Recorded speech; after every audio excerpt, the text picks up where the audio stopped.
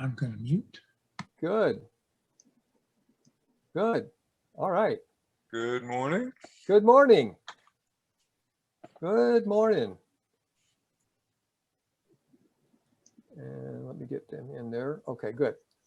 All right. Hey, Richard, we're going to go through a fundamental process here. We're going to have some preliminary stuff in the meeting, and then we're going to break out into maybe 1 or 2 breakout rooms as well. And that's when we're going to have people go into, the people that are interested in TradeStation stuff, go into the room with you, and you can have it out with them. It'll be a smaller group, and you'll probably be able to get much better interaction. Exactly. That's Yeah. a great idea. Thank you. Okay. All right. Good.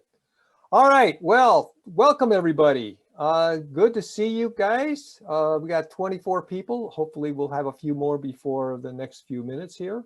And Jen or Jean are co-hosts, and they're letting people in, which is great. So I won't have to worry about that part of the session. So let me share a screen here.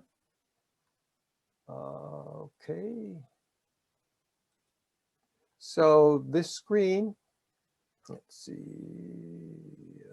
hide floating menus. So this is a little agenda down here in the lower left corner. I don't know if people can see that. So what I was going to do, I'll go wait for a few more people to come in, but in the meantime, I'll just do a quick set of introductions here, myself and anybody else in the meeting here, just to give you a feeling for what we have. We're going to try to do, I've got a poll that I wanted to see how many people, what was working, what wasn't working for people. And so hopefully we will, I get an idea of, are we doing the right kind of things, explaining things to people and saying, hey, this is something that maybe you want to trade for the next month and stuff. So I'll do a poll, a quick poll of that. And then I have a little quick little 5-10 minute thing on the best finance book of all time. I think everybody should be interested in that. And then Jack Beiser has a trade that he was doing last month. They broke out into we broke into separate rooms, and there was evidently a lot of discussion on it. So we wanted to continue with that discussion and see how it actually worked in the trade. And then Richard Benoit has a presentation that he'd like to do on trading software, and we're going to break out into a breakout room at that point. And at the same time that's happening, what we'll try to do is we'll go through some of the stuff that I've done in the past. Most of the other people hopefully will be interested in options.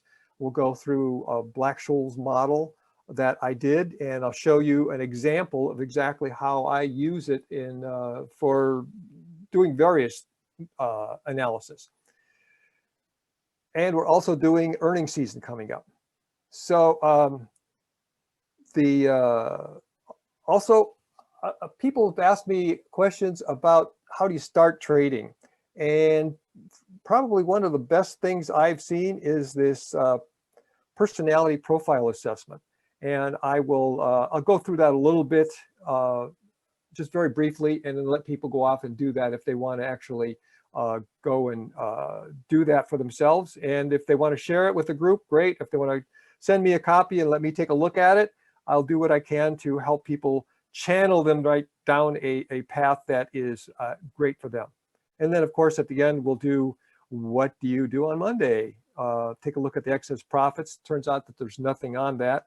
And then something that I've seen is we're going to continue on with some of what Jack had already done, which is the ratio spread and comparing it to puts for gold and SPY. And then a general discussion at the end. This polling results. So basically, nobody took the trade. One person took the trade and made money, and 95% of the people did not. And then on Steve's trade, 90% didn't. Evidently, 2 people took the trade. So would the one person that took the trade own up to it and explain what they did to make money on that? Because the following Monday, it it actually went down, up. It went against the seasonality. So I'm just kind of curious. I'm kind of curious to see who was able to make it. Anybody own up to it? I'll show what I did, and I made money, but I didn't. I don't trade necessarily anything that's like almost 100%. So I don't see anybody raising their hand or anything. Okay, so we will continue on then. Ken, which trade are you talking about, the SPY or the TNA? SPY, Oh, the SPY trade. Yeah, the SPY trade is the one that was kind of surprising to me that one person only took it. So I'm just kind of curious to see well, what. that was me, and it worked out. But you took a short side? No, it was the Condor. Okay, and the following Monday. I see. Okay. Right. And so that's one of the things that I've also found too, is that the times when you can not trade, that, I mean, when you can go either way, up or down, that's when you can make money. Let me show you the best finance book of all time. Hey, Ken? Yeah. Can you, for people who don't remember, can you refresh what the SPY trade was? You're going to talk about it in a few minutes, aren't you? No, Yeah. not the SPY trade. Well, you were putting on a ratio spread, right? Yeah, well, I'm going to talk about ratio spreads, and I'm going to talk about exactly how to put them on, 2 different variations, and with examples and everything else, but I'm not using the SPY. Okay, could you enhance it a little bit and talk about SPY? Because that was the thing that came out of the meeting from last week or last month, was that you had a you were saying you were going to put on, you're talking about doing a ratio spread, and after doing that, I did some more homework on it myself, and I said, "Damn, that's a good trade. That's a Yeah, cool trade." I have actually better examples using Tesla. Okay, but if you could cover that. So the SPY trade was basically a 7-day trade at the end of, or actually the quadruple witching day. And the idea was to go short on the market somehow. And Oh, okay. Yes. okay. I forgot about that one. Okay. So I don't all right. usually do ratios on SPY. I actually do them regularly on Tesla. Okay. All right. So the best finance book of all time, Larry Williams. I asked Larry Williams about this years ago, and he said the best book of all times is your trading book. Hopefully people have a trading book that basically you log. If you look at inside mine, you'll see various things, charts, graphs. You know, I'm exploring various ideas, and I can go back and look at these things years in the past. I started doing a lab notebook, because I'm an engineer, 50 years ago when I graduated from Purdue. And I have continued on with this forever. And I find that it's in effect a way of you're writing something down. It's almost like you're talking to another person. It's always nice to be able to bounce ideas off of other people. And your best other person is the person that's reflecting back off your notebook. So that's what I have been doing for years. 50 years I've been going into a hardbound, it's hardbound notebook. And I find that is probably the best book for finance it's ever been written, because it's personal, it's for myself.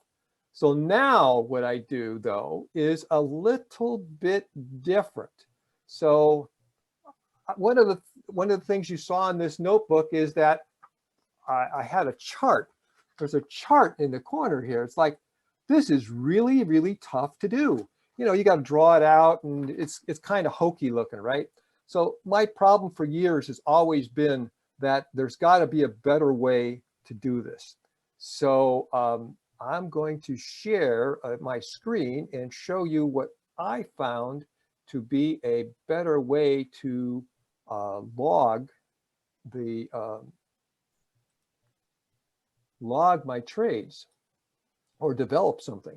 So this is, so I've been, for the past few months, I've been developing a strategy with a couple other guys here. It's called the BBIC, and refining it to the point where it's a moneymaker consistently. And so this is an idea of mine. David Carpool was one of the ones that sort of motivated me to do this. He's got these huge spreadsheets, and you put everything into spreadsheet.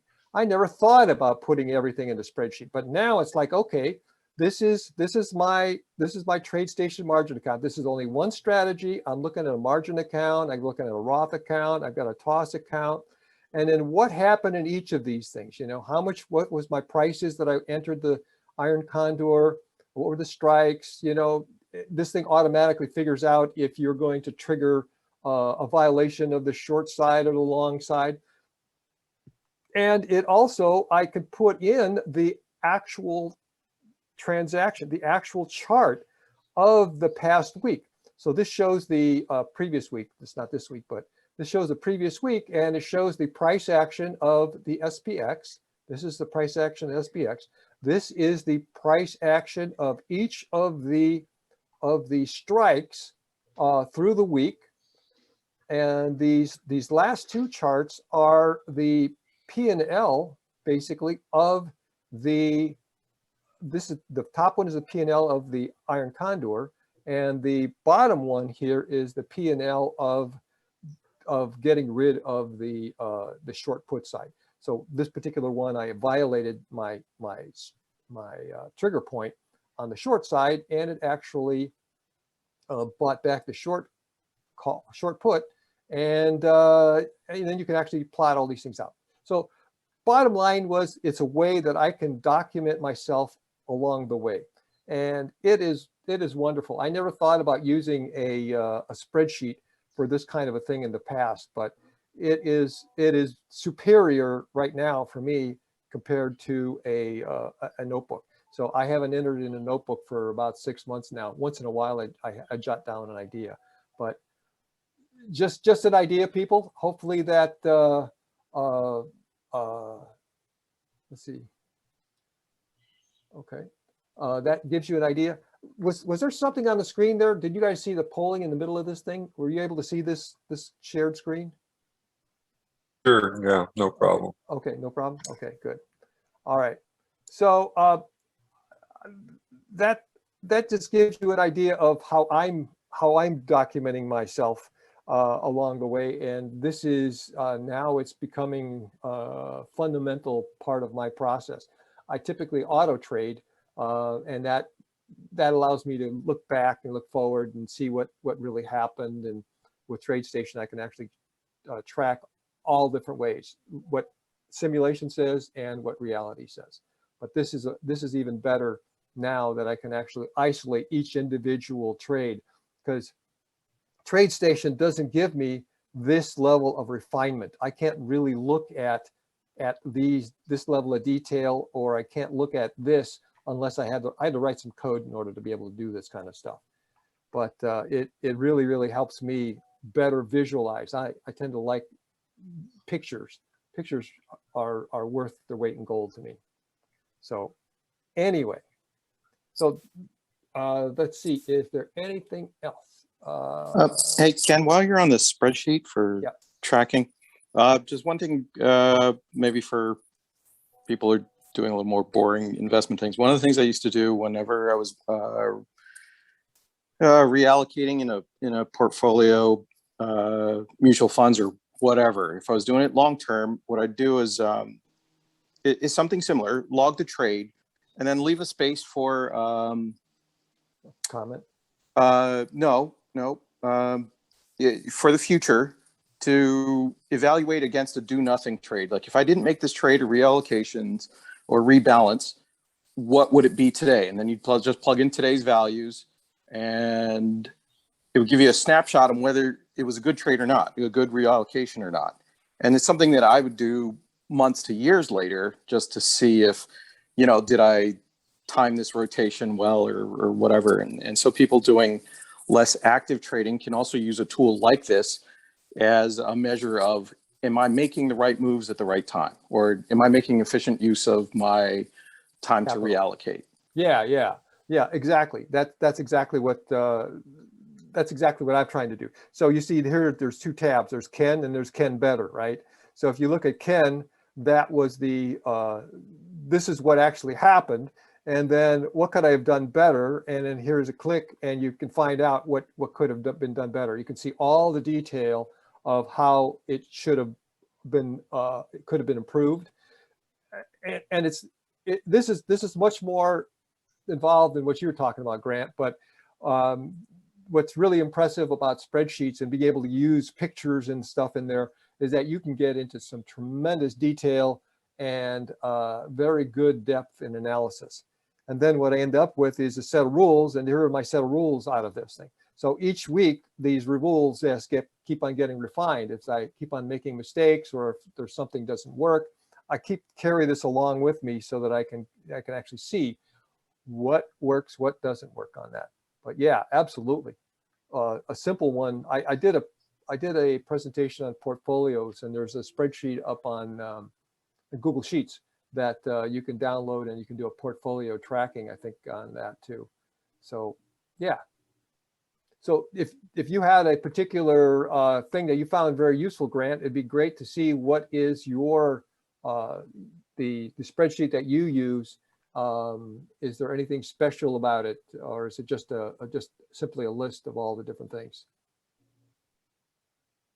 It was pretty simple. It just logged Okay. the details of the trade, the quantities, percentages, or whatever. Just to simple. It's maybe 4 or 5 lines, and then just only expanded on as I checked at a future date. Whether it was a good trade or not. And it was just a simple feedback tool. I didn't, I did plug in some of the what ifs and things like that. Same thing I do with like mortgages and, boring things like that. Did I refinance at a good time? What did it cost me not to refi, or what, think like that. Just simple. And then every time I do a reallocation, there'd be a new block. I'd kind of just copy the old block and enter a new one and enter the current relevant details. And I was just thinking it's something a little bit simpler than what or a lot simpler than what you're doing. That people should log things. I think it was old Excel sheets. It's probably on a XLS file. I've kind of admittedly stopped doing it, but it was good when I was doing a little more active management of 401k type accounts and whatnot. Yeah. Got it. Okay. All right. Let me stop sharing. I'll go back to picture. I wanted to do one more quick poll here. Now that we have basically everybody, about 35 people in the room here, let me do a quick poll to see. I'm going to launch this poll. And it's basically, I wanted to see what kind of trading people are doing. What kind of traders, investors do we have here? And it would be great if you guys could just click on that real quickly. Just give me a feeling for what people are doing.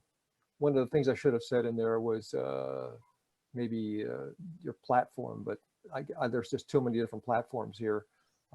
People are using Interactive Brokers, TOS, Schwab, TradeStation, just all different kinds of things. Oh, wow. Okay, interesting. All right. Very good. Wow. So yeah, and it's good that you guys you can even click on a couple of different ones to say, I trade stocks, I trade options, and that kind of stuff. Okay, interesting. All right, let me share the results here just to show everybody. You can see the results there. Everybody see that now? So it looks like options and stocks. Yeah. Yes. And more people are traders than investors, but we have a lot of people that are still, so there's a lot of investors, and I guess that's true. Even though I am pretty much fundamentally, I consider myself a trader, I still try to do investing. it's really, really hard for me to do investing. I have a hard time buying and holding anything for any significant length of time, but I can appreciate, as I'm getting older, I can appreciate the idea of being able to be an investor. Okay, cool. All right.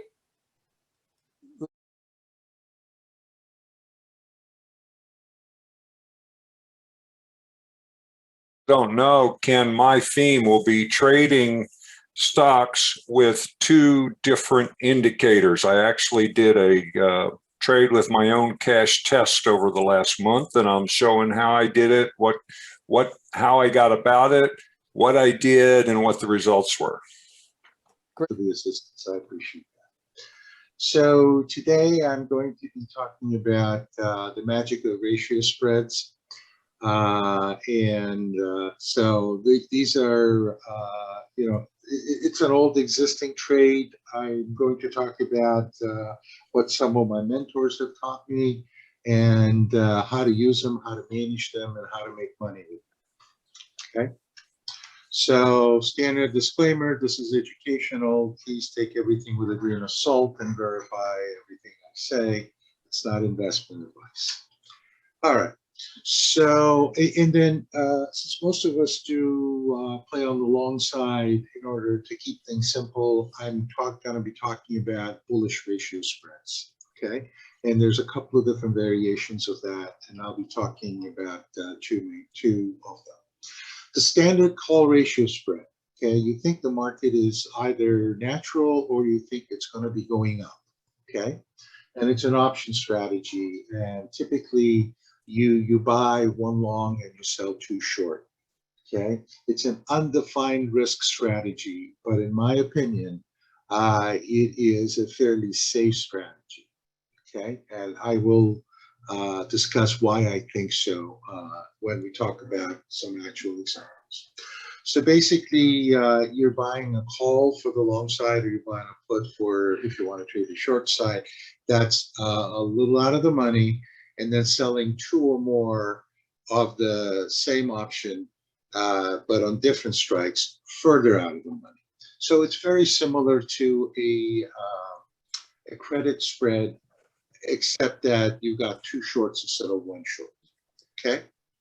Now, and the risk that you need to be concerned about is that if the price moves much beyond the strike price of the short option, so if the price moves too fast, then there's a risk of a big loss. But the interesting part is you get to make money first before you lose the money, okay? So there are always things that you can do before you can get to the loss. And I'll be talking about how that works and some of the management techniques and so on and so forth. Okay, so the ground rules, okay? You got to use a high IV stock or an ETF, okay? The higher the volatility, the better the trade performs.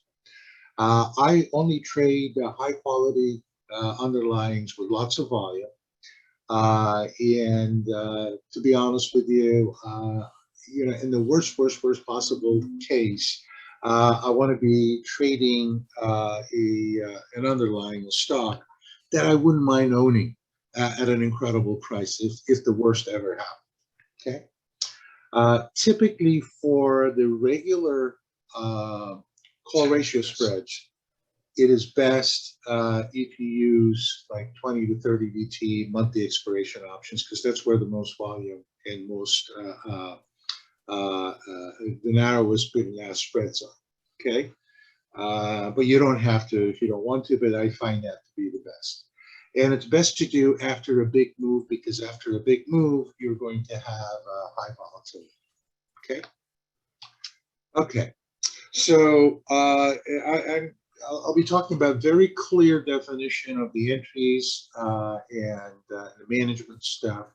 And I have to give credit where credit is due. This is, again, the technique for ratio spreads. It is from Jay. Jay, I would consider him one of my mentors.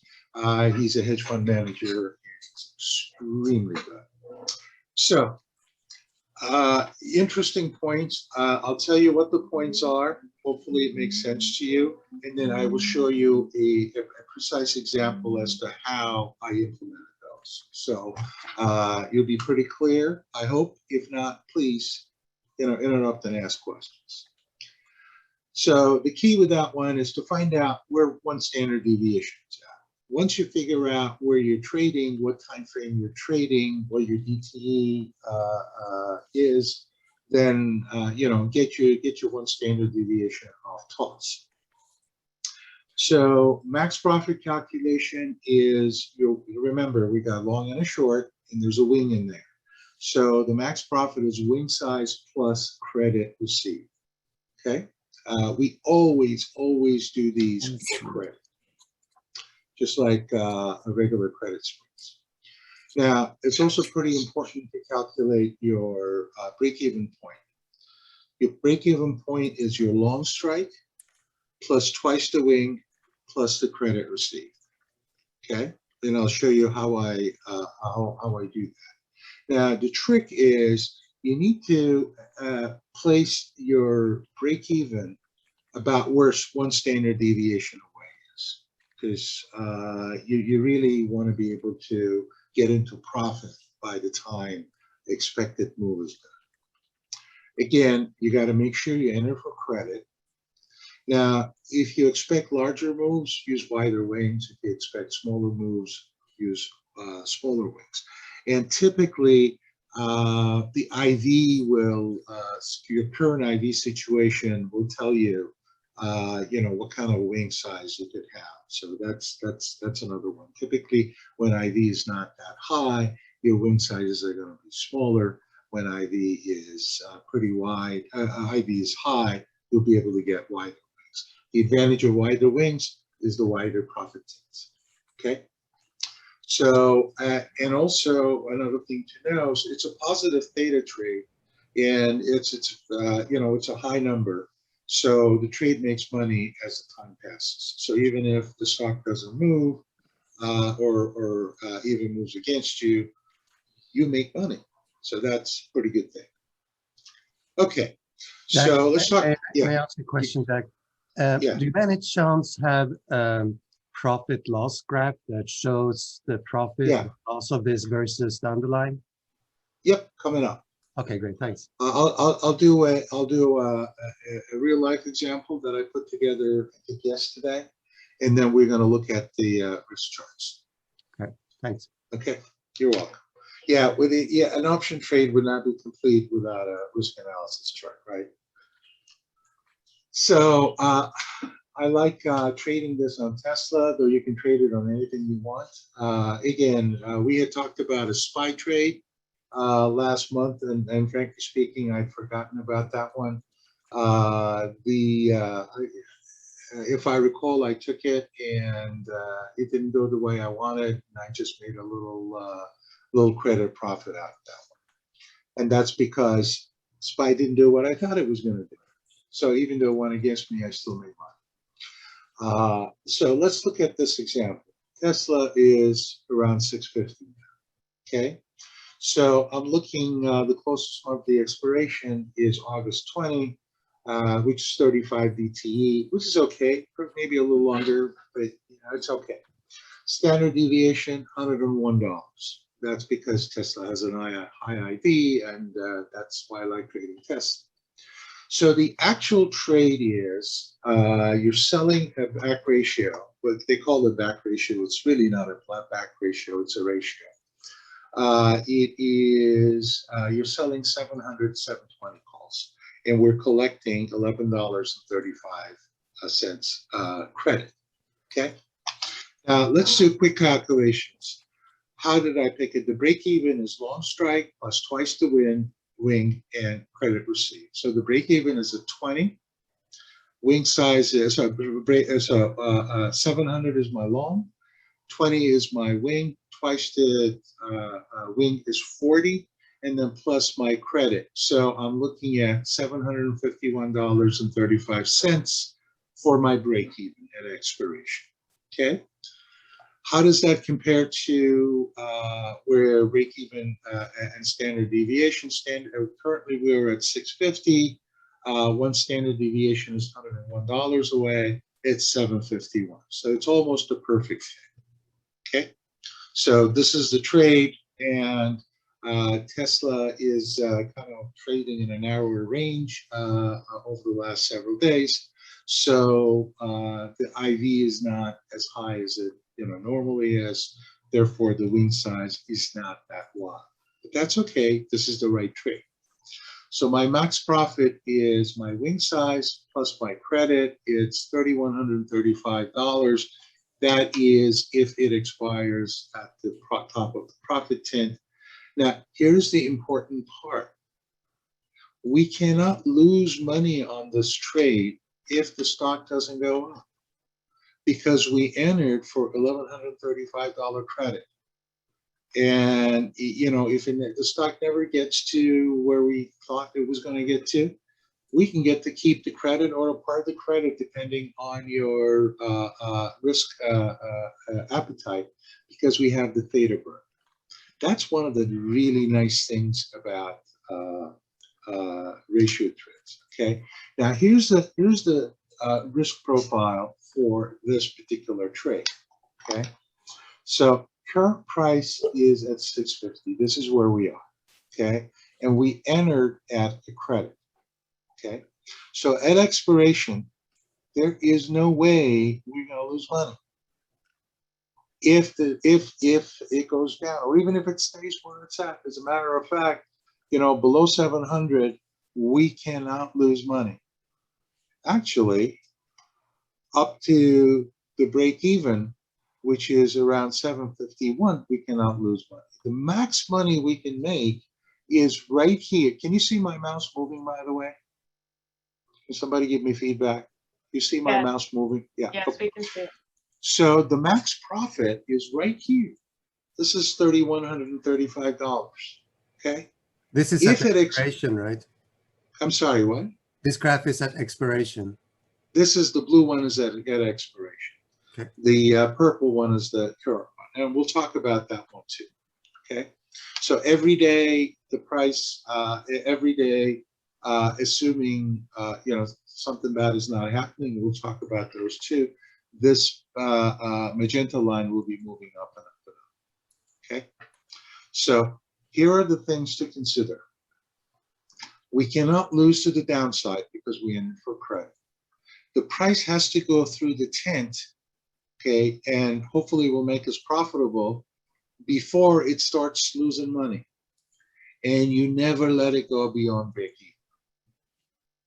Okay, it's really the cyan line that's of most interest to me, because this is the magenta one will be changing day to day. So if you understand how things work and how to handle things, for example, what if price goes beyond break even before the trade expiration? Those are the little management details that we're going to talk about in a minute. But I think it's important to understand the beauty of spread ratios or ratio spreads, because if you do it for a credit, you get to keep the money. If it goes against you and if things work out, you'll be making money as it's going up. You just have to make sure you protect yourself on unpleasant situations. And depending on how you pick your strikes, this can be very easy, or if you do a poor job, it could be difficult. But again, the way I showed you is make sure the break even is one standard deviation away. This is the magic of doing bullish call ratio spreads. Any questions so far?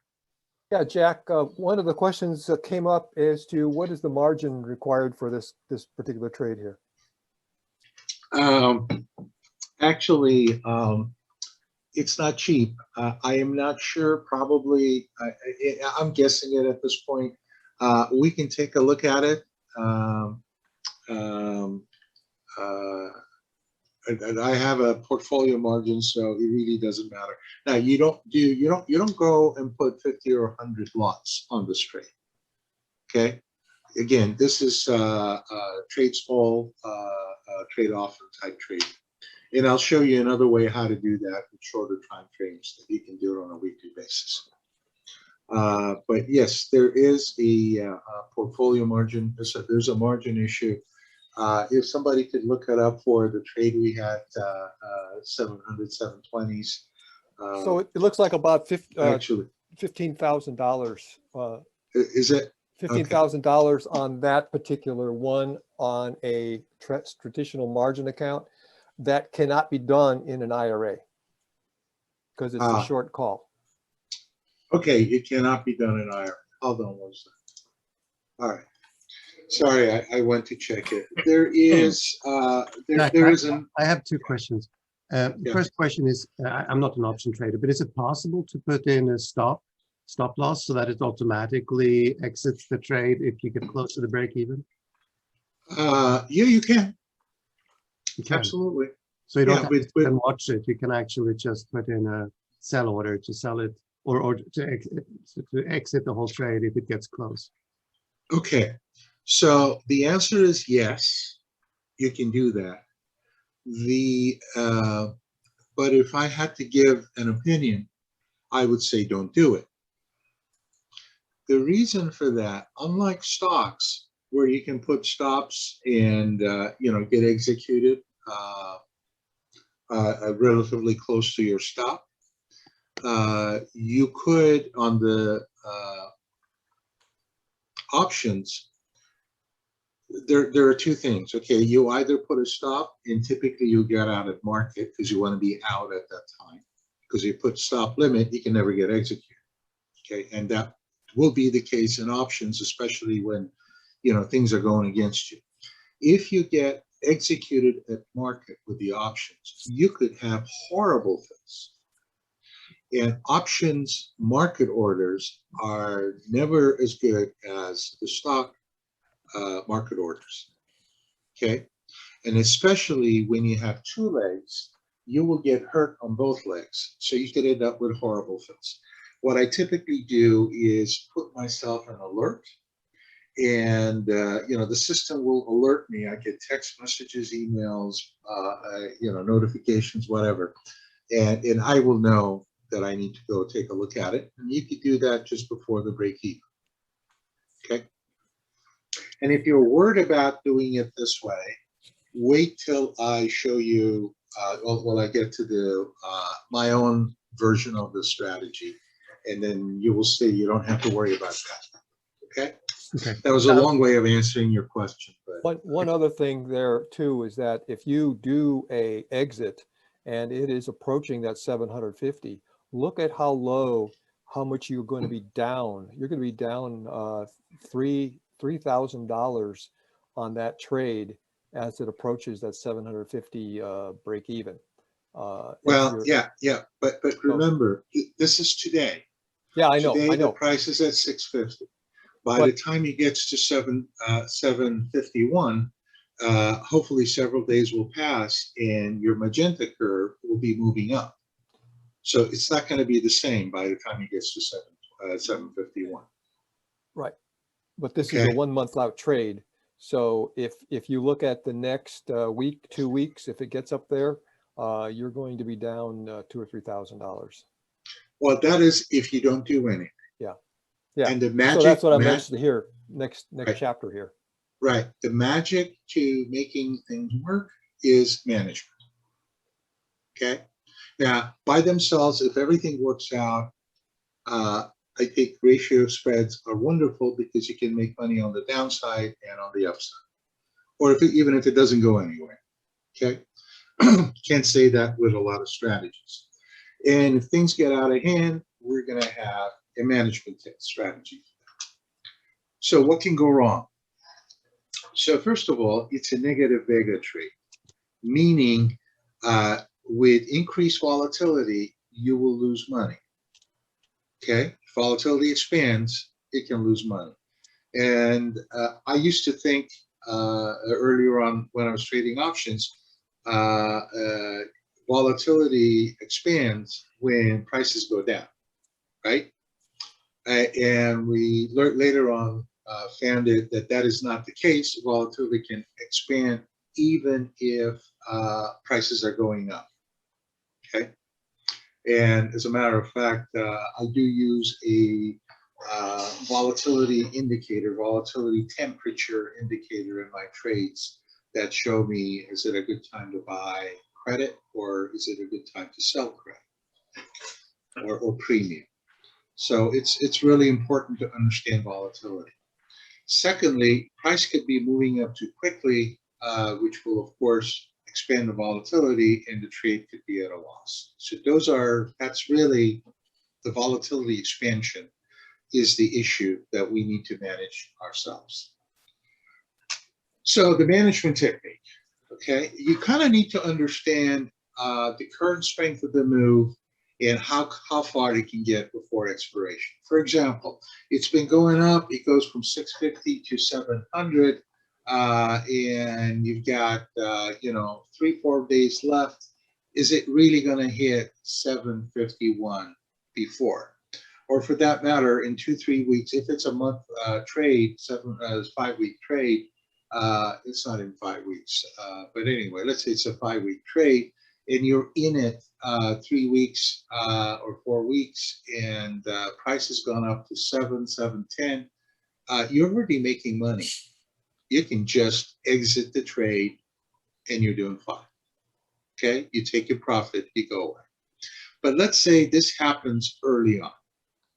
Okay, that Tesla finds a way, and they can get a 1,000-mile driving range from simplest battery change. Great. So the cars are selling like hotcakes.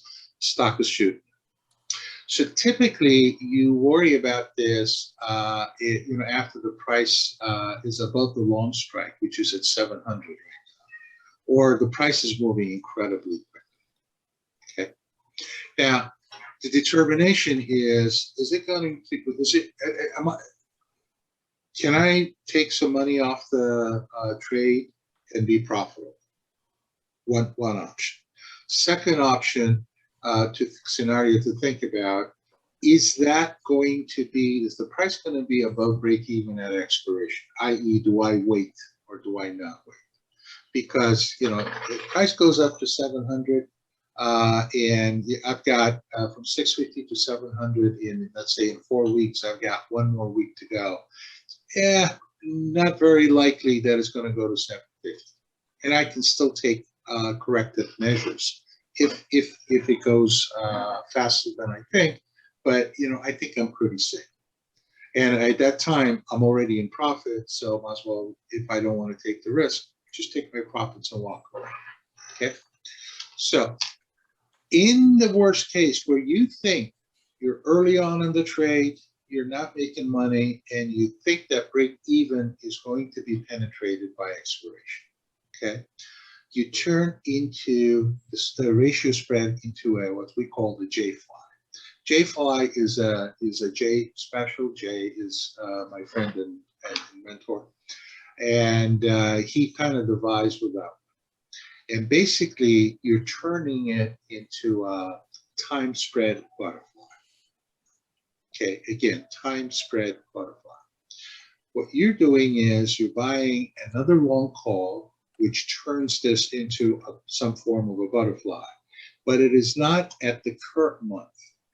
Its expiration, it's at the next monthly expiration. Okay, if we're doing August, it'll be September. So, and the strike is whatever your short strike is, which is 720. You add half the size of the wing. Okay, so we buy 750. Okay. Oh, I'm sorry. This is not short strike. Your short strike is 720. We're buying break even plus half the win. Okay.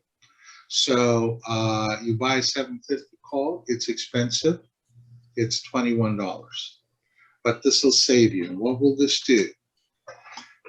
This will expand our break even from 751 to 857. So now we have a lot more leeway. Okay. So we also have the second level management because, I'm sorry, let me go back. This cost us like $21.40. We received, I believe, $11.35. Let's say this is costing us from $11 credit trade to $10 debit trade. Okay. If you wanted to, what you can do once you have the JFly in place, you can sell additional naked calls in the current expiration to reduce your cost. Okay. You sell further out of the money call beyond the JFly in the current expiration. Short strike plus twice the width. Okay. So 720 plus 2 times 20, 760 strike. So you sell 760 strike at 950. This almost covers our cost for the long, for the additional long call that we did. And typically what you do is you trade this. You sell when the price goes up and you buy back when the price comes down. And you can do that several times over whatever duration you have left. Okay. So remember, you can do it even very close to expiration because your JFly long call actually expires in September, not in August. Okay, so you have the protection against it. Okay, now this is a more advanced strategy. So if you just did the JFly, you have now secured up to 787. Okay, but I kind of like doing this because I like getting my money back. You could, you know, if you did that, you could actually repeat that more than once. Okay.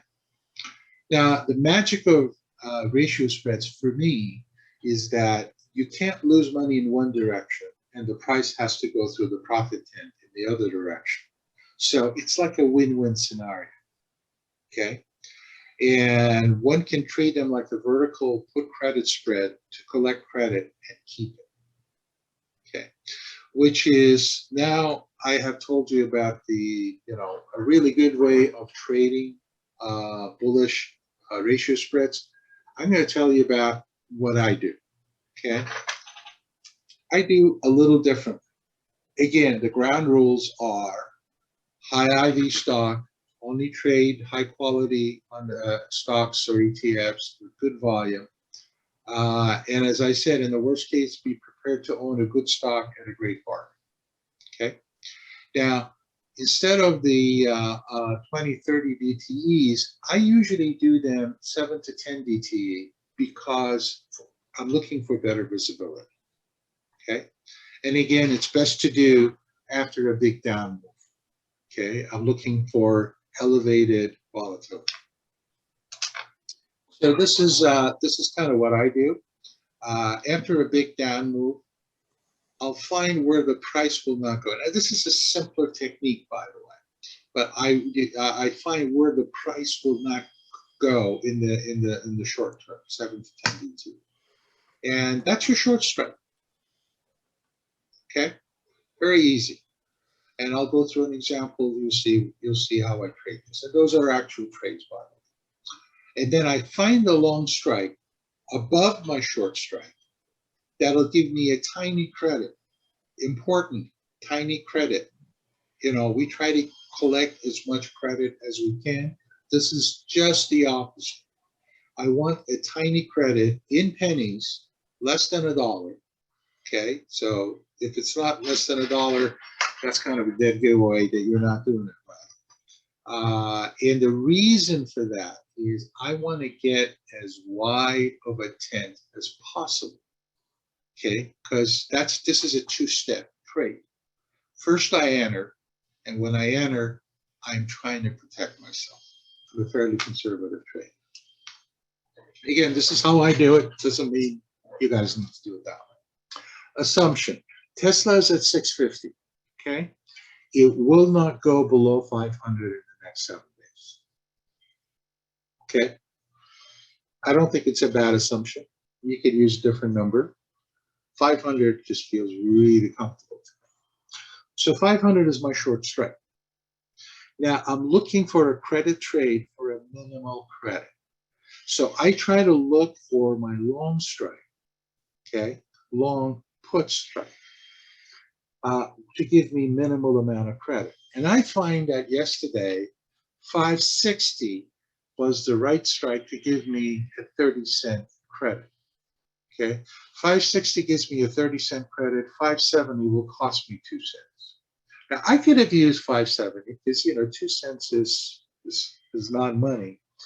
But I always like to do that for a little bit of credit. Okay, it's just the training. Now my break even is long strike plus twice the wing minus the credit received. Sorry. Again, these are puts, so these are not plus, these are minuses. Long strike minus twice the wing minus the credit received. 560 times 2 times 60 minus 30. You see my price, my break even is 439.70. Let's call it 440. Okay. Now, who in this webinar would not want to own Tesla at 440 within 7 days? Okay. If you believe that, just please say so. Otherwise, I'm going to assume that that will be a fantastic price to own Tesla. And that's really the worst risk that I'm taking. Unfortunately, we'll all want to buy Tesla at 440, with a little spike and then have it go up to back to 650. But that's not likely scenario to happen. Okay. So, I'm sorry, I got distracted. So let's talk about the risk analysis. Okay. Here's the current price. I am doing a put ratio spread, which is very similar to a put vertical. Okay. So at this point, if price goes up, I cannot lose money. I make a tiny amount, $30 per lot. But if it starts going back, obviously it'll have to go through my profit tent. And I have a huge profit tent from about starting at 560 all the way down to 440. Okay, that's $120 profit tent. And that's why I like having the profit tent. And you're going to say, hey, Jack, but you know what? You're only going, this is not going to happen. You're only going to make 30 cents. Okay, valid argument, but please be patient. There comes the second step, which is the management. Okay. Again, it requires understanding of the current strength of the move, how far it can get before the expiration. We're at 650. I mean, even if it gets down to 600, we're not going to be hitting 440. Okay. So I'm pretty comfortable. And we're talking 7 days. We're talking 1 week. Even Tesla doesn't move like that. Now, and then I don't have to worry about it until, my long strike is hit, which is at 560, and it's not going to get hit, not within 7 days, not in my opinion. I could be wrong, but I don't think Tesla's going to hit 560 because it's at 650 now, $90 drop in 1 week. Not very likely. So if you think you're in trouble, unthinkable happens, and you think you might be in trouble, you go back to the J fly that I had mentioned, the J special. Okay, use the same thing. Buy one long put at the expiration, and then you're buying 470 put. Okay, it's costing you $1.85. But this hasn't happened to me yet. Okay, what happens is, after 1 to 4 days, when I observe the Tesla, this is the key. Okay, I'm pretty sure my 500 short put strikes are not going to get hit. Okay, and that happened to me every single trade that I did, not within the 7-day time frame. So the magic is you take the long 4 or 560 and you move it to 510. Okay. In this example, I will collect an additional 110 credit. This is actually, these numbers are coming from a trade that expired on Friday. Okay. So we had collected 30 cents originally and another 110. So I have a $140 credit. Okay. And now I have a 510, 500 quick ratio spread. And I let it expire worthless. I collect every single penny out of that. Okay. So this is, again, Tesla has not been very volatile. When the volatility is higher, I've done it several times with 600, 500 puts ratio spread, and then lowered the 600 down to 510. And the final credit corrected is $250 to $3 range. So that gives me $250 to $300 per lot of profit. Okay. And I kind of like this. It's an easier trade to get in. It's an easier trade to manage, as long as you're very conservative on your short put strike. And I pick short put strikes where, you know, it's virtually impossible for the stock to get to within that time frame. Now, I could have used 550 as my short put strikes, could collected more credit, but that would have increased the risk. Okay. So first of all, before I go into some comparisons, which will be my last slides, any questions on how I do my version of ratio spreads? How often do you need to manage your trades? Every day, several times a day? Let's define manage, because there are two ways, there are two different managements. Okay. One management is this one, turning into a J-fly where things are going against you. Okay. I've never had to do that, but it's there if I need to. This one, which is collecting additional credit, I do it once. You could do it. I actually have an Amazon trade, and I didn't pick the strikes as well on that trade, so I lowered it by 50 points, and it has another week to go. In a couple of days, when I know the short strike is not going to get hit, I can lower it another 90 points. So you can do it in 2 steps if you wanted to.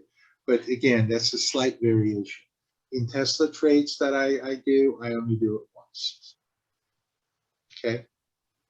But because by the time I am lowering my long put strike down to a lower level to collect additional credit, I am pretty sure that my short strike is not going to get hit. Okay.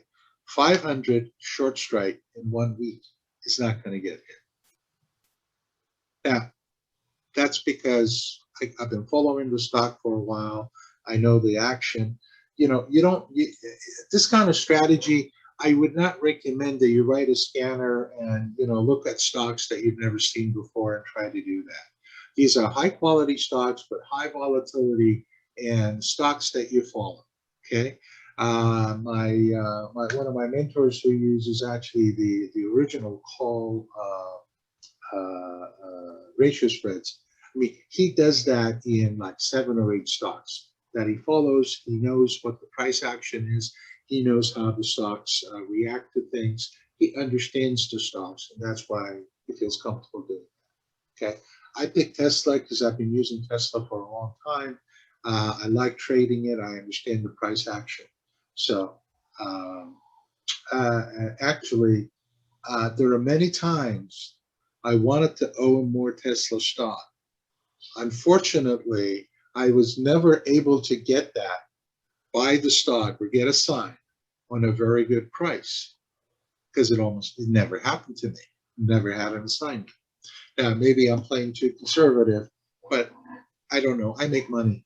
I've not lost money on these ratio spreads, my version of it. May I ask, Okay. what is your return typically in a year using these type of strategies? I'll be honest with you, I have not been trading for too long. I collect 100% of the credit collected. And I got to measure it based on ours, based on BP perhaps. I don't pay a whole lot of attention because I have portfolio margin. Because for most people, you're actually putting the margin out. Your money is taken from or blocked from you from using elsewhere. With portfolio margin, that's not the case. Okay, I have some other investments, and they're using margin off those investments, which doesn't cost me anything. So I don't measure it in that way, but I do make 100% on the credit collected. It looks Now, like when you look at the margin required for a typical margin account, you're collecting about 1.3% margin on your margin. good. Now, So that's about your return on capital is about 1.3%. Ken, which one? This last Are one we here. talking? Are we talking about the call ratio spread, or are we talking about the put ratio spread? Put ratio. The put ratio spread has a much lower margin requirement. Well, If you it looks look like at- it looks like the amount of capital you're using in the margin account would be about $15,000 for each of these things. So I this is, don't think so. on a margin account, yes. So you basically take your underlying, so it's about $500, and you multiply that times 0.2. So you got about 80% margin you can get. So that would be about 100, or be about $10,000. It's funny. The EP requirements are usually $1,000 or $1,500. That's for the portfolio margin account? Yeah. Okay. So I'm not sure. As I said, I trade on portfolio margin, so I'm not really concerned about BPR. Okay. But that could be a concern for some. I understand that. Yeah. So the put ratio trade is probably going to require less money. And also understand that the fact that we're using 560 by 500, and that's going to, because it's so far away, almost 100 points away, you're going to have much less margin requirement on that. Yeah, but it still basically goes on the underlying strike you're putting on it. So if you put a 500 strike on there, you're going to take 0.22 times that. So that's going to be a $10,000 margin requirement. Okay, you could be right on that one. Yeah. So if the margin requirements stop you from doing it, I'm sorry. Try to get a portfolio margin account, and this should be fine. Okay. Yeah, but so then even if you get a portfolio margin account, how much of your portfolio are you using on these trades? Well, I don't have I don't use a large number of lots, so it's just fine. And well, honestly speaking, wasn't too concerned about that. Okay. But there might be some issues there. You're right. Yeah. Depending on the size of your account. Right. Okay. Okay. Any other questions? Yeah, Jack, this is Gary. One of the things you... Oh, Gary, you can't ask questions. Okay, I'll mute.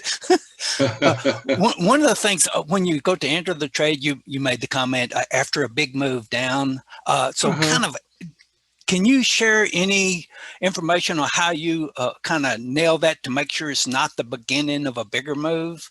Right? How do you have anything that seems to be working for you for trying to pick that point? Because this is kind of applicable to a lot of option trades. You would like to do this, right? Yeah. That's an entry.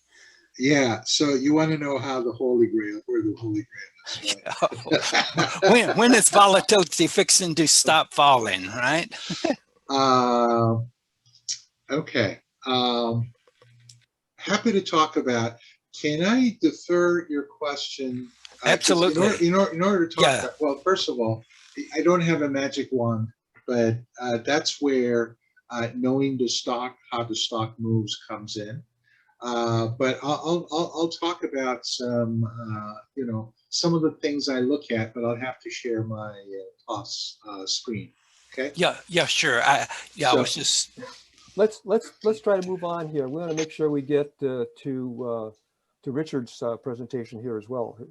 So too. So Okay. are you getting close to? Yeah, I have one more slide, Okay, and then okay, I can great. show the chart. All right. Okay, so Ken, you had asked me, how do we compare ratio spreads to naked puts? Okay, Right. so I took like 2-to-1 ratio spread. Ratio spreads do not have to be 2-to-1, though. That's what I normally do. You could have 3-to-1, 4-to-1, 5-to-1. I haven't even seen people do 10-to-1, though. That's pretty rare. And of course, the higher the numerator is, the more riskier it becomes. Okay, so. How does the put ratio spreads compare to selling naked puts, right? So they both have a naked put, right?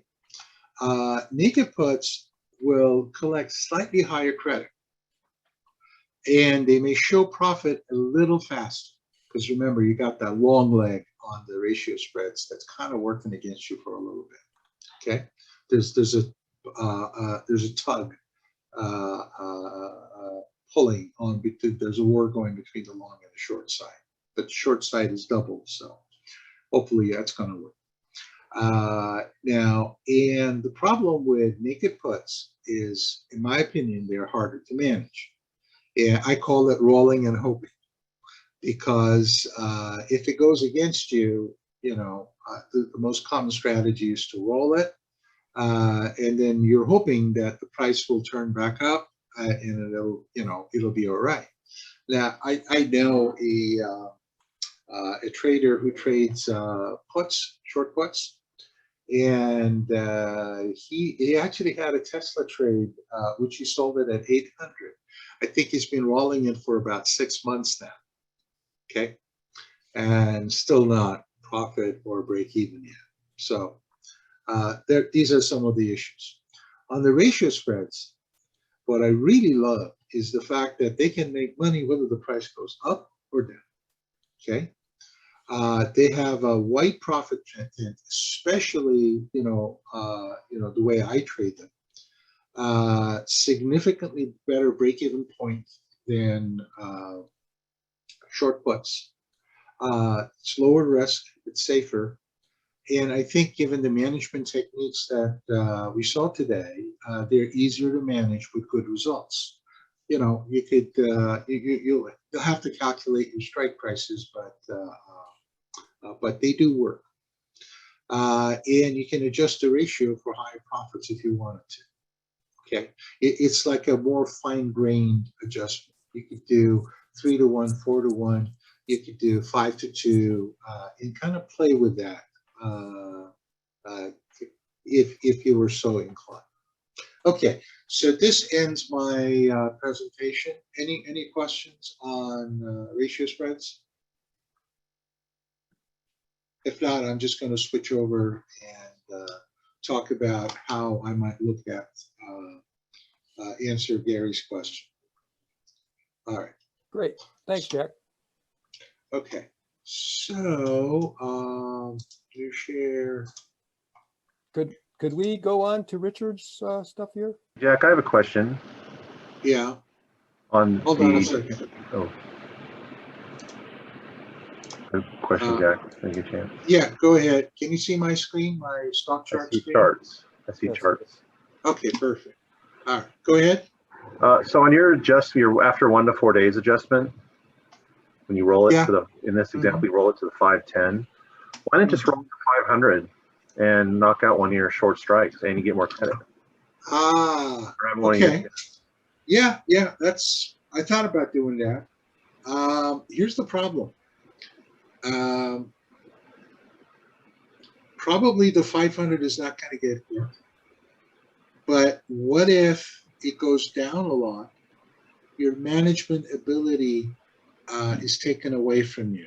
If I do 510, 500, then I can buy a long, I don't know,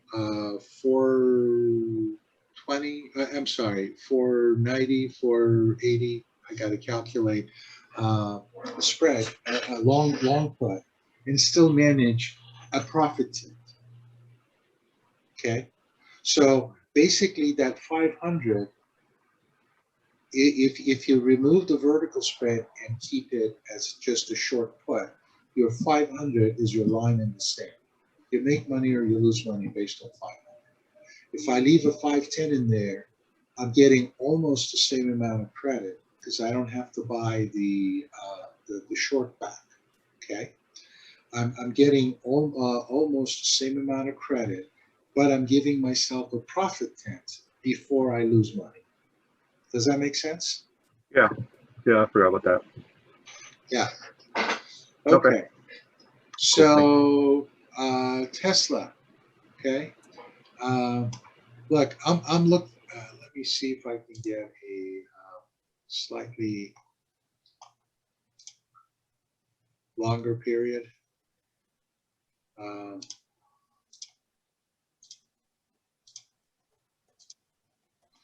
Okay, so when I look at the Tesla chart, okay, I'm seeing kind of support levels. Okay, here we have around 591. Okay, you know, we got pretty good value. I'm looking at the market profile. Value area lows are here around 550. You know, I see another one 550, 560. If I make it a little shorter, okay. So there's pretty good support. I don't think it's going to go down 500. So when it goes down, okay, even if at like for example, it goes down to 571. Okay, one of the things I do is let me explain. Oops, sorry.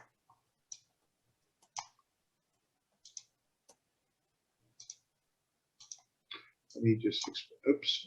Yeah. So expand. Let me go. Even when I get to, let's say, this down move. Okay.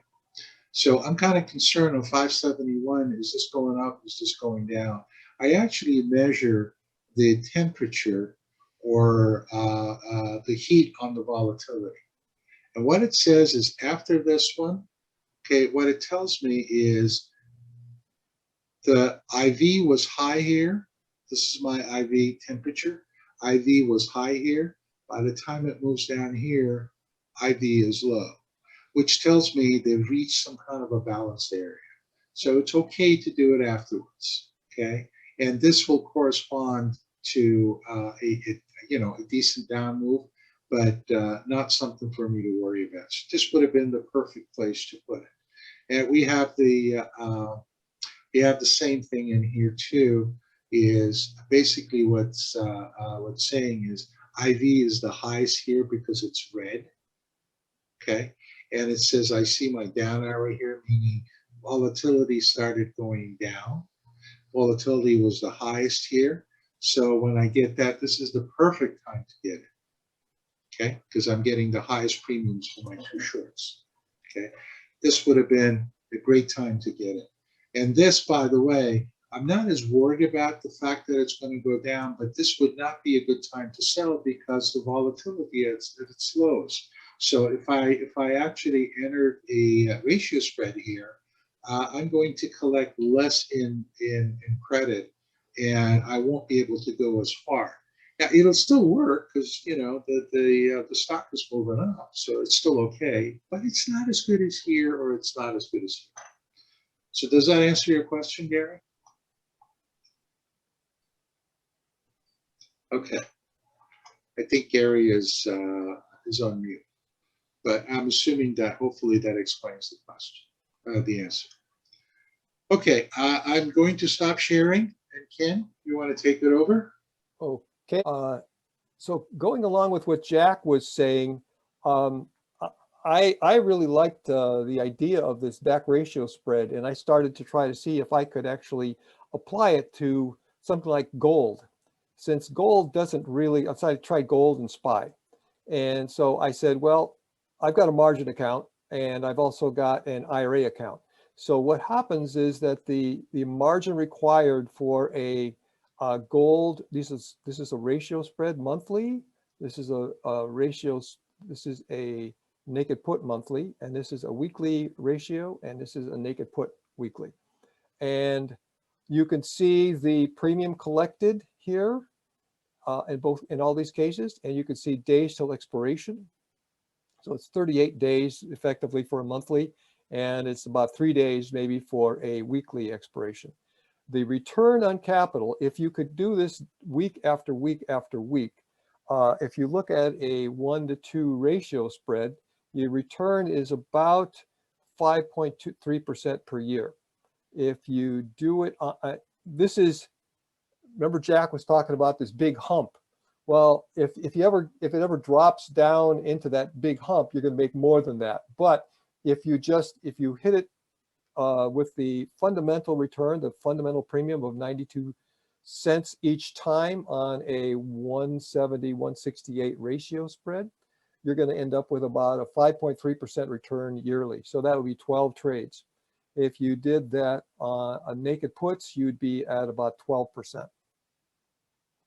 And then if you did weeklies, you could push that 5% up to 21% return on capital.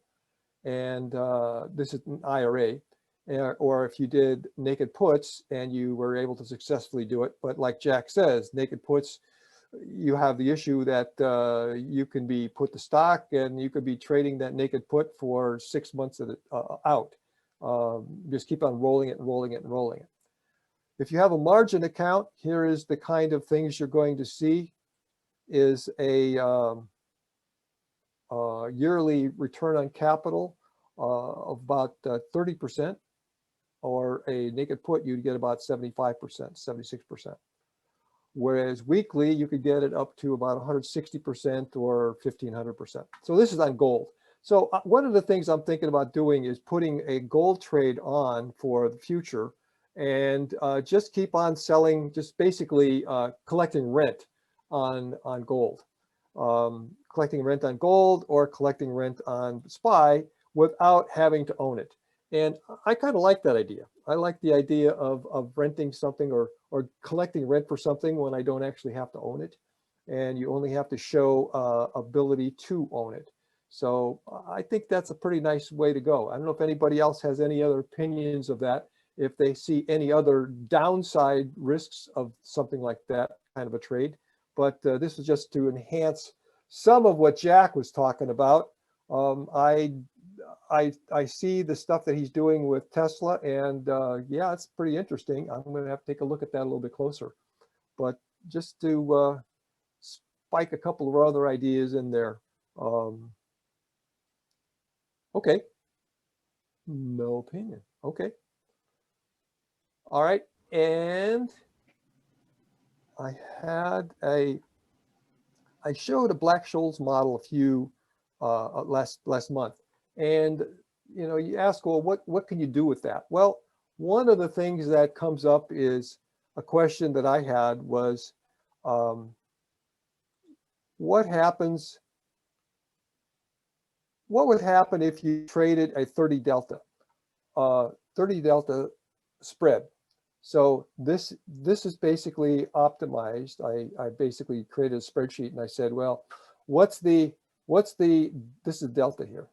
So I created a spreadsheet that shows delta. It does the calculations and it says, okay, for any volatility, so it goes from 10%, 15% on up to 55% volatility, what is the amount of money I'm collecting on a vertical for that 30 delta? It turns out on SPX, this is the collection of the premium. You end up with exactly $2.70 plus or minus a penny every time. The only thing different, so if you look at this, is actually the price of the spread, and these are the underlines. So the underlines are quite a bit further away from that, but the spread itself is exactly the same. No matter what happens to volatility, if you look at a 30 delta, you end up with the same return the same price for a vertical. So instead of having to go and look for, say, what's the vertical, what's the volatility, and go, you know, finding the delta and so forth, the only thing you have to do is just say, I want a 10 wide spread. Okay, which 10 wide spread gives me $2.70? And that will be a 30 delta. So you will end up being further away from at the money. This is a plot of the volatility. This is 10 to 55%. And this is the percentage away from the at the money. And you can see that it starts out here with a 10 delta of about 0.5%. And it goes up to 3.75% at 55 volatility. So it's another way of looking at things. I find it useful. This is another way that I use this Black-Scholes model that I introduced last month, and I hope that people use it for whatever purpose they want to, anything they want to investigate. This was my latest investigation, and I thought that was useful, especially when I trade iron condors or verticals on SPX. So any comments, questions, suggestions? No. Okay, so that is my explanation about the verticals. Hey, Ken, Yeah, Scott, spreadsheet, your Black-Scholes spreadsheet, is that on excess profit somewhere? what's that? Spreadsheet right here. The model? Yeah. Yeah. Well, the fundamental model's on excess profits, and then you just have to basically copy and paste the columns. I can send this to you if you want, but this is just one implementation of the model. Okay. Is the model intriguing to you, or is the results of this one analysis intriguing to you? Both. Okay. All right. I could send you this one if you like. I have your email. I could do that. Okay. All right. And so last time what we did, we had this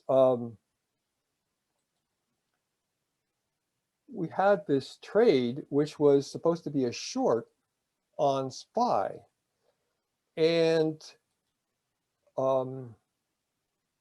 this was a short. So this was a calendar thing on the Excess Profits website. And this was basically saying that from here on, this was going to be a 7-day trade, which is going to be, these are minute bars. So this is a day here, this is another day, this is another day, this is another day. So it said to go short on SPY or yeah, on the market as a whole, SPX, SPY, or what have you. So even though it was 80% probability, I don't just go blindly in and say, I'm going to short the market. I should have actually shorted it on the Thursday night before that and then gone from there. But I had other things. I was closing out some trades and stuff on Friday, so I ended up not doing that. And that was my fiasco when what I learned about the triple witching hour of that Scott mentioned about the thing that happens when SPY, SPX, SPXW, everything goes wonkers on that day. But I tried to do it on Monday, and I said, well, okay, I'm going to just basically turn on this thing that I have, which says if on Monday, if it goes short, I'm waiting for 5 minutes. If it keeps on going down, I'm going to go short. And so what this did is this is a automated strategy that I use, and it went short, but then the next bar it went long again, and it basically stayed out of the trade until it got back up here, and it says, okay, go long, and then it got back out and it went back long again, and it stayed long for the rest of the time. So this strategy I find is very useful. I don't have to make a decision. I'm beginning to get, I don't know if I'm getting old age or what here, but I'm liking the fact that I don't really have to guess which way the market is going. The only thing I have to do is be agile enough. This is basically showing my P&L. So I had a loss here, a small loss here, so a $30 loss. And then after that, it just took off. And so I really, really like that ability. Now, if people are so inclined, they can indeed go to excess profits, or actually Ken.excess profits. Let me just hide this thing real quick.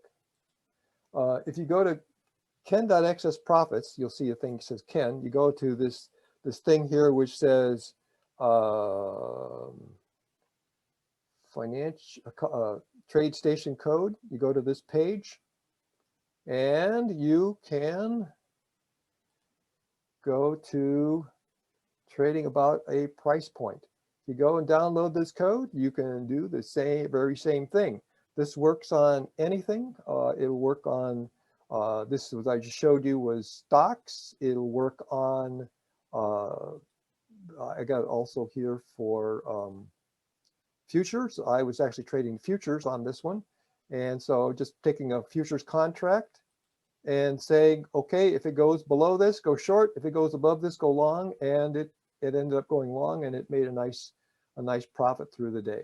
So I really, really am starting to get to the point where I really don't care which way the market's going. I don't necessarily have to make a decision as long as I know how to trade either side of the market effectively.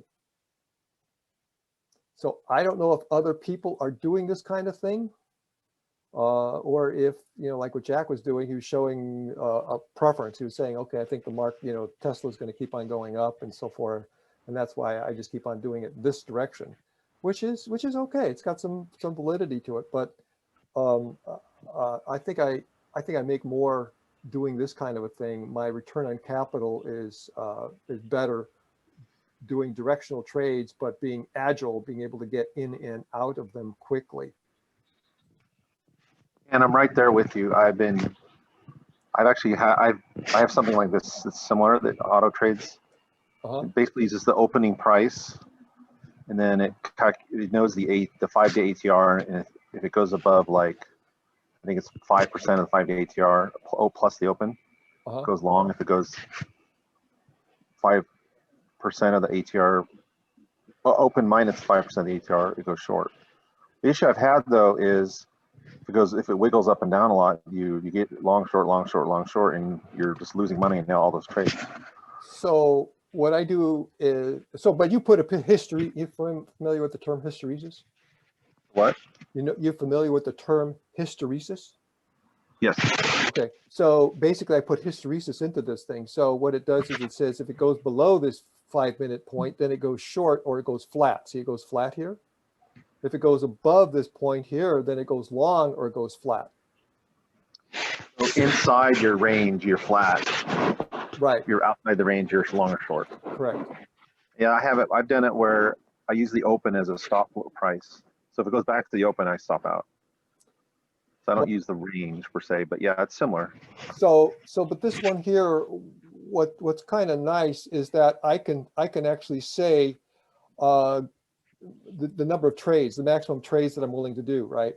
So I could say, 5 or 10 or 10, however many times. It just goes in and out, in and out, in and out. And so the worst scenario that I ever had was 25 round trips in one day. And it usually tries to make money. And so I have a maximum loss here of $100. So it went through the entire day going long, short, long, short, long, short, and it ended up still didn't lose $100. Oh. So that was that was extremely bizarre that would happen. But the automation is really nice as long as everything is working. You have to have your system working, your network working, trade station working. There can be no hiccups through the process. So, and when I do those kind of things, I'm basically babysitting it through the day. Yeah, and I've done that. So I've done the limit, limit the number of trades per day. Yeah. I also experimented with don't drink any more trades like after 7 a.m. because the morning is by at first half hour of the morning, the trend of the day is usually determined. And then I Yeah. just hold till end of the day. Do you hold till end of the day, or do you have like a stop out area? Or So There's a I have multi-day. various kinds of exits depending upon what I'm trying to do for that day. This thing will also say the initial date. It usually says initial time, initial date. Oh, okay. So I have one of these things which actually says don't go beyond this time. right, yeah, yeah. Well, that's And- last trade time. Here it is. So this is Yeah. 12:55. So yeah, I can set that down as 7 o'clock or whatever, so that if I only want to trade the first, half hour of the Are day, you I doing can this do that. on minute bars and like 1 minute, 5 minutes? I tend to try to do it about 1 minute bars because 1 minute turns out to be my machine can keep up with it, network can keep up with it, everything seems to be okay. So 5 minutes, you have a little more losses. The losses are a little bit bigger because the ATR grows. Yeah. So this just keeps it small. If I could get closer to the market, to the trading floor, I would probably go 15 seconds or 10-second bars even. So I have it. I'm not using bars at all. I'm just using Price the point. price level. I'm just using tick by tick. And so I think that's part of the reason I have my frequency of trades is higher, because I'm doing this on tick by tick instead of just evaluating every minute in 1 minute. Yeah. So I have no.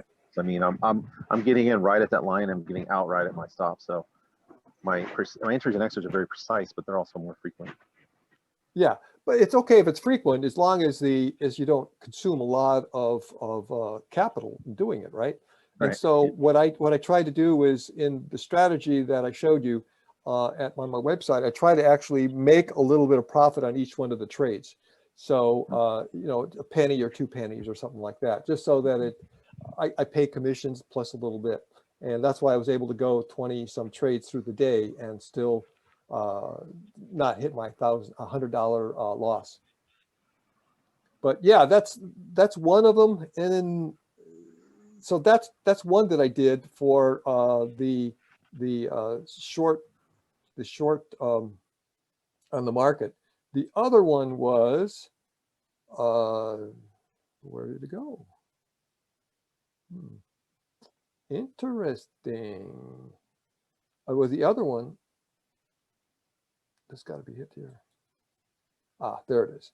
So the other one is what we call the BBIC, and so this was the fiasco. This was the transition, and this was the following Monday. So what I did is I didn't know which way the market was going to go. Instead of putting on, well, in addition to putting on the future trade on the E-mini, I also put on a BBIC at I think it was like 645 or something like that. And so it basically doesn't know which way the market's going. And so basically I collect premium. So I collected 40% on the premium on this.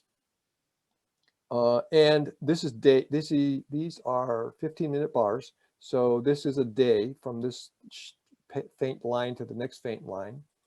And so it ended up closing with a net 40% gain on that day, because it actually got out of my short call strike, and then it ended up making money on the long call strike. When you get early in the week, this was only a 1-day trade. It was just amazing. So then I decided, okay, what am I going to do the rest of the week? So I put on the BBIC again on this one, and I ended up losing it was a 24% loss on that one, because my execution was not very good up in here. I exited the long or the short strike on the call, and I didn't exit the long call at the appropriate time. If I would have exited as it crossed this line, I would have been profitable, but I didn't do it. I wanted to see what was going to happen, and I ended up losing. But the net over the whole week was a 16% gain. And then since then, I'm learning as I go along, and here is a the subsequent week, and it was 51% was the initial. If it went right down the center, I would be making a 50% return on capital. Because of the margin degraded because of I had to buy back the short call and it kept on going up, I ended up with a 22% gain. And on this next week, I ended up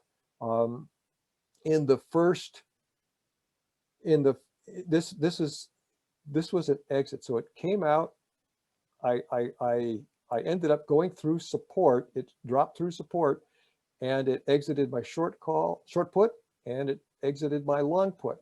And I ended up with a net of 11% gain for the day, for the week. So each week I'm getting to the point where I'm not losing money, which is great. That's what I like to see. And then this one here was this week, and I ended up with a 25% return on capital. So the point that I really wanted to make here was, what do you do when you say you got a short position from the calendar, and then do you actually take that trade, just blindly go in? And my answer is no. You always either have to have a stop, you have to have some sort of exit. And in my case, I really didn't care. I don't care if it's going up. I don't care. These zeros are all going up. This one's going down. This one's going up and down. But let's see, how can I say this? On Jim Cramer has a really cool rule number 1. Let me see if I can put it up here. Rule number 1 here. Yeah, here. So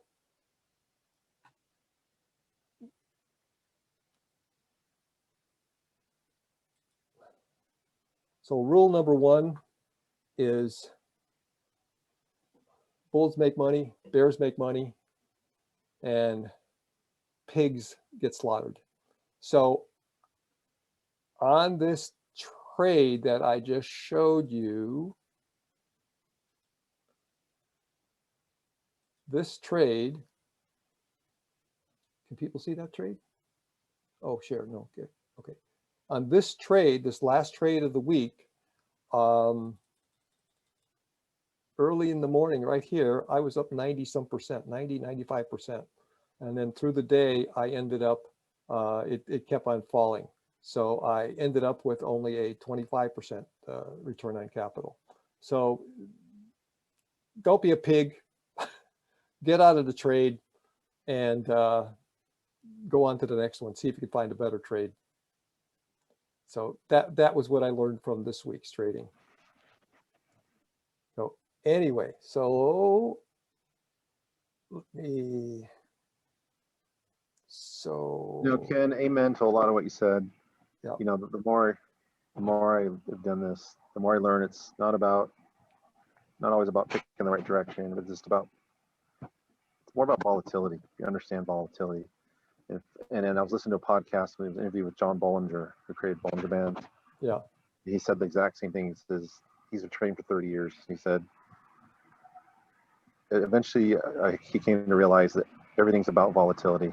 That's all that matters, is understanding volatility, when it expands, when it contracts, and how to play that. So yeah, and I didn't really think about it here when the volatility expanded a bit. I mean, it expanded a little bit, but then it went back down. It shot way back down here, and then it started growing. And so you basically want to take, when you have a 90% gain, it's probably a good idea to take the profit, even in the last day. Bill Burmeister always tries to get every last little penny out of it, and it's like, I don't know if I want to do that. Not anymore. I mean, I still made okay. 25% return in a week on capital. That's still pretty good in my book. But hey, I would Ken, have been next to 40. Yeah, Grant. I think the thing to note is, like, that's a regular expiration day, and early in the day it's like close it. It just, you were up at any point. When you hit that kind of number, that's the thing, is what day it is. If you were on any other day of the week, I'd say, well, yeah, sure, let it ride. some other Friday, sure, let it ride, see what happens, whatever. But Yeah. on regular expiry, you know, close it out as early as you can. Friday, you want to be done. Yeah. That's okay. Just my opinion. You're absolutely right, Grant. And here's what I had at the open. So you can see this was the price action on the SPX, and this was my P&L. So at the open of the day, I was up. I should have, like you said cash out, game over, I'm done. But I had Bill sitting on one of my shoulders. He was saying, you know, get every penny out of this thing. No, I'm not going to do that. I'm gonna take it and run. Yeah, yesterday I had some of my rut spreads clearly going to expire. Clearly some of my short strikes were going to expire worthless. And I still paid $5 to get out of them. You let them go to worthless, Scott? I have a short some rut spreads. Yeah.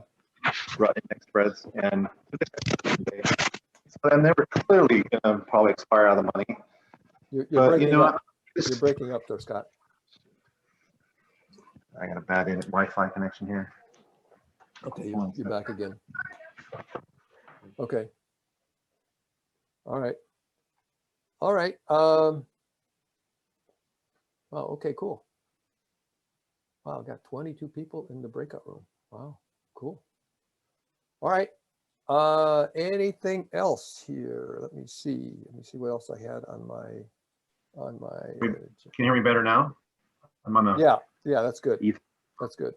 I was just saying I had some short spreads on rut yesterday expiring, and they're most likely going to expire worthless, but I just paid $5 to get out of them, and you know, I released thousands of dollars of margin and got to move on with my day. So there's a lot of value in that $5. Yeah. Yeah, I hear you. Okay. All right. Any other discussions? Scott, are you going to do a BBIC this week or not?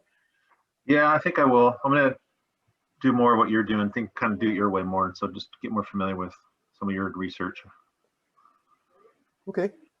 I'm already there anyway. So I think I don't have all the, we can talk later, but I don't have all the how are you using your support resistance stuff to set your strikes. And okay, you said the Larry Williams circle something indicator. Use that for support resistance. Actually, you know what support resistance are, right? Sure. Yeah. So it's basically an eyeball kind of a thing, right? So if you eyeball it, you could basically say. And are you using that for your short strikes or for the mid level execution? So I'm still sharing a screen here, right? Yeah. Yeah. So you see here, this is the gap support here, right through here. And so what I tried to do is I tried to line that up with my exit. The exit is the midway between the short strike and the long strike. Okay, so the exit. Right. So that was my thinking. And right at the end of Friday, it violated it, right? But typically it just goes down, comes close to it, and then jumps up. So it's like, you know, it's working. It works pretty well. Then, so basically when you open the trade, you say, okay, what's the distance to my short strike, right? Or to where my exit is, where is the exit based on this support? And then I say, okay, reflect that up and basically make it about the same distance for the long vertical, or get close to 30 delta, you know. And this is getting pretty close to a peak, it seemed like to me. So I cut it. I put it a little bit short of my point that I would normally put it. So it's like, okay, and it came out to be a pretty good return on capital, right? A 50% return on capital. That's really, really good. So I was going to say, it'd be interesting to do a study of your returns and say, how much of your return is from the premium you're selling versus the runner, but you're not really trying to make profit on the runner. You're just trying to pay for the expense of getting out. So it's all my goal is to always make money. Yeah. All right. And so this is the first strategy that I have seen But you're only that- making money with your premium, right? Because your runner is just paying for the cost of getting out of the one side. So that's what, that's a You good don't let it point. run. That's a Yeah. good point. And that is typically what I've been doing lately. But that just guarantees, because I mean, if I get a 50%, 40 to 50% return per week, I'm happy with that. There were times in my past that I would buy back the short call. It would just keep on running. And what I would do is I would draw a trend line and I'd say, okay, a trend line just, as long as it keeps on staying with that trend line, I'm going to keep on going. I'm not going to worry about it. I'm just going to stay with the trade. And those trades, I ended up with over 100% return on capital. Yeah. Which was fantastic. I really liked that. So, all right, I'm going to close these other rooms. So anyway, what do we do on Monday? This is actually after 12 o'clock here. What is the consensus of what do people plan on doing on Monday? Any suggestion? I don't think anything specific for Monday, but post the option expiration, and I think the way broadly things seem to be consolidating. I think before our next meeting, or maybe just after, watch out for breakouts here and there, and maybe broader market. Now, do you have a particular breakout on any particular stock there, Grant? Well, I mean, just okay, something we're looking at today, like Tesla. I think Tesla looks like it's consolidating pretty hard for kind of a while. I think it's a good candidate for a break sooner than later. Now, I don't want to call it a day, I don't want to call it a week or anything, but I think something like that's ready to break. You look at the Dow 30, it's kind of been hammering on the 35,000 level, and I know nobody here really looks at the Dow, or broadly as a group, we don't really talk about it, but you know, I think something's ready to move, and I'm not sure really which side is going to win, but I'm hesitant to do any premium selling either way. Really? Okay. Just in the near term. It's just Okay. like through the fall, something like that. Okay. In the say 6 to 8 week range. I wouldn't be selling a lot of premium unless it's just to make up more for the potential for outside moves. So I have a question for Grant. This is Bob. Quick question, because this isn't my meetup. So, but Grant, what do you think about NVIDIA? Do you think it's bottomed? Because it tanked, right, recently? And so then I was curious what your opinion about that stock was. Thanks. Sorry, but no idea. Not watching it. So here's NVIDIA. Can people see my screen? This is the 30-minute bars, and you see money has been flowing out of it as it was going up. Money was flowing out, and then finally it caught up with it, and it finally now is really going out. So I would be on the short side probably. Yeah, if you're going to chase it, I mean, that's the only thing I kind of see right there. It looks like it's already on a move. I mean, you can kind of see a broad consolidation through July, and you know, well, this is right, and it looks like it's getting down to the 600 level here. Is the maybe the it target. looks like 600 is a target. It's a good time to sell a call spread on it. Yeah. Cool. Thanks. Okay. There you go, Bob. Thanks so much. Any others?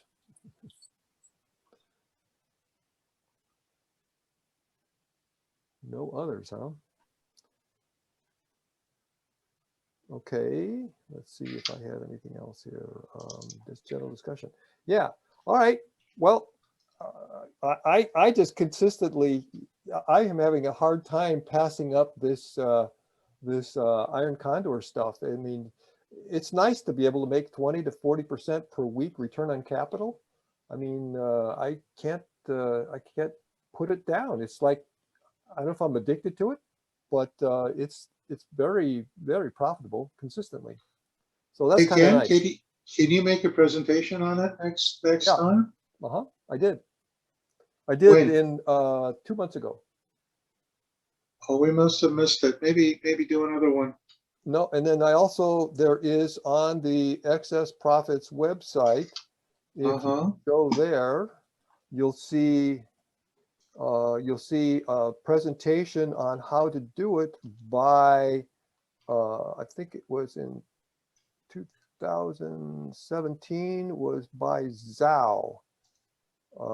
Here, that was a Heikinachi, and there was, that was in, there were 3 teenagers. They did it on. Yeah, but you said you're changing the rules a little bit. So the rules are changing weekly. So you can see the fundamentals here, and you can see my screen here. The 2017 August. That's the fundamental, and then the question is, how is it being refined and refined and refined? And so that's this basically, what we're talking about. If you listen to the rerun, we'll talk about, Scott and I were talking about how do you set the strike prices and that kind of stuff, and why do you set them at a particular point. So I think you were in the room, right, Jack? You were in the room with Richard, right? Yeah.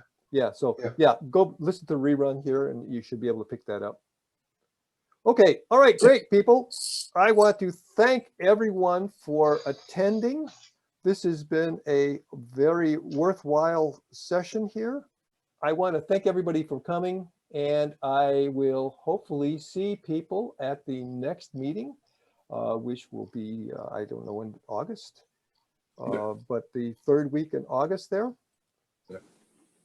So right after options expiration, so it should be the 21st of August. Always remember rule number 1. Bulls make money, bears make money, pigs get slaughtered. All right, people, take care. Thank you. Sure. Bye. Thanks, Ken. Thanks, everybody. All right. Thanks. Sure. Bye. Thanks, Ken. Thank you.